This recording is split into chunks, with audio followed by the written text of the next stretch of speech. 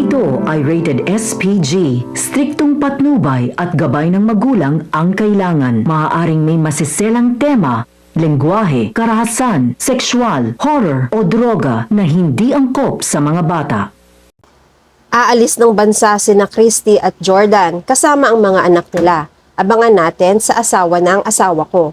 Umuwi si Billy kasama si Quago. Inabutan ni Billy na nagiinom mag-isa ang tatay niya. Alam ni Billy na kung ano ang dahilan ng pag-iinom at pinoproblema ng tatay. Sigurado si Billy na dahil sa pag-iisip niya kay Christy at pakikipagbalikan nito kay Jordan dahil nakita niya ang larawan ni Christy na hawak ng ama.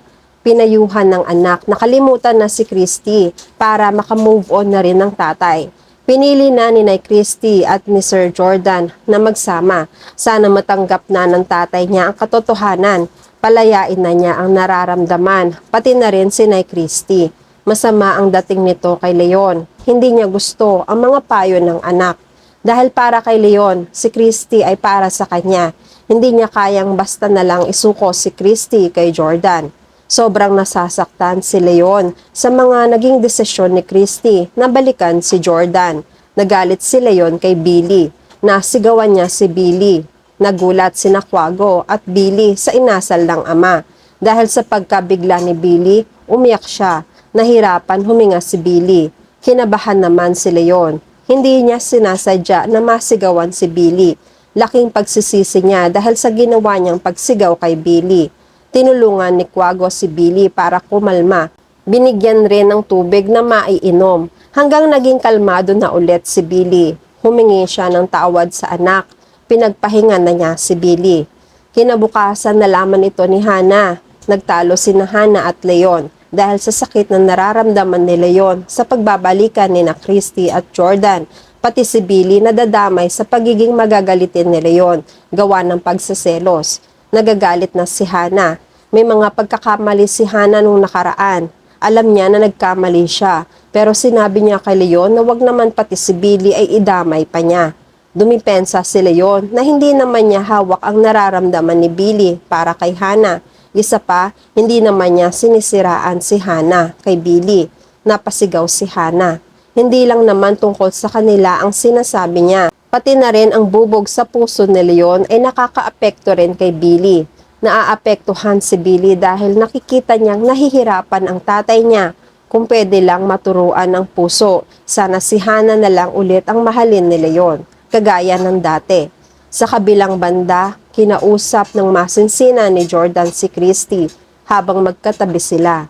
Napag-usapan nila na sigurado sila pareho na hindi sila titigilan ni Shaira, lalo na nasa kanila si Junior. Alam ni Jordan na habang nabubuhay si Shaira, patuloy na magiging banta sa kanila si Shaira. Marami pang gulo ang dadalhin nito, makuha lang ang gusto niya. Ang tuluyang mawala si Christy sa buhay ni Jordan at makuha ang anak niyang si Junior. Pinag-iisipan mabuti ni Christy ang ideya ni Jordan. Nung makaalis na si Jordan, sinabi ni Christy sa Mama Carmen niya ang pinag-usapan nila ni Jordan tungkol sa paglayo upang hindi sila matunton ni Shaira kahit kailan. Ganun rin ang sinabi ni Carmen kay Christy. Tama naman ang ideya ni Jordan. Bigyan sana ni Christy ng pagkakataon ng mga suhestyon ni Jordan para naman sa kabutihan rin ng pamilya ni Christy ito. Kahit saan magiging masaya pa rin sila basta magkakasama silang pamilya. Nag-aalala naman si Christy dahil maiiwan niya ang nanay rito.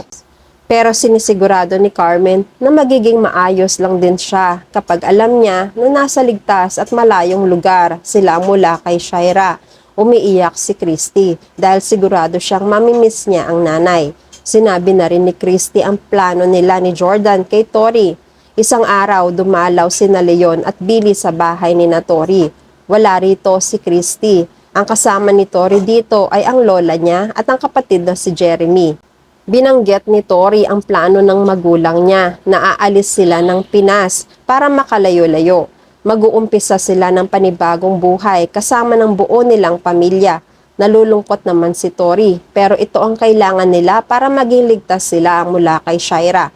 Inamin ni Tori kay Billy na aalis sila sa Pilipinas. Sa ibang bansa sila maninirahan na buong pamilya kasama nila si Jeremy. Nalulungkot na nabigla si Billy sa balita ni Tori. Habang nagkakwentuhan sila, hindi sinasadya ay naririnig pala sila ni Leon. Narinig pala ni Leon ang lahat ng sinabi ni Tori na kanina pa inaalagaan si Jeremy. Dinig na dinig ni Leon na aalis sila kasama si Jeremy sa ibang bansa. Nagalit si Leon pero kinokontrol niya ang sarili.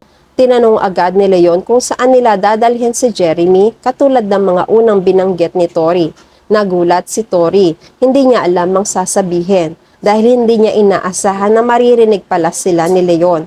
Nagalit si Leon, anak niya si Jeremy pero hindi pa siya kinukonsulta muna ni Christy tungkol sa mga bagay na ito at nagdesisyon agad si Christy.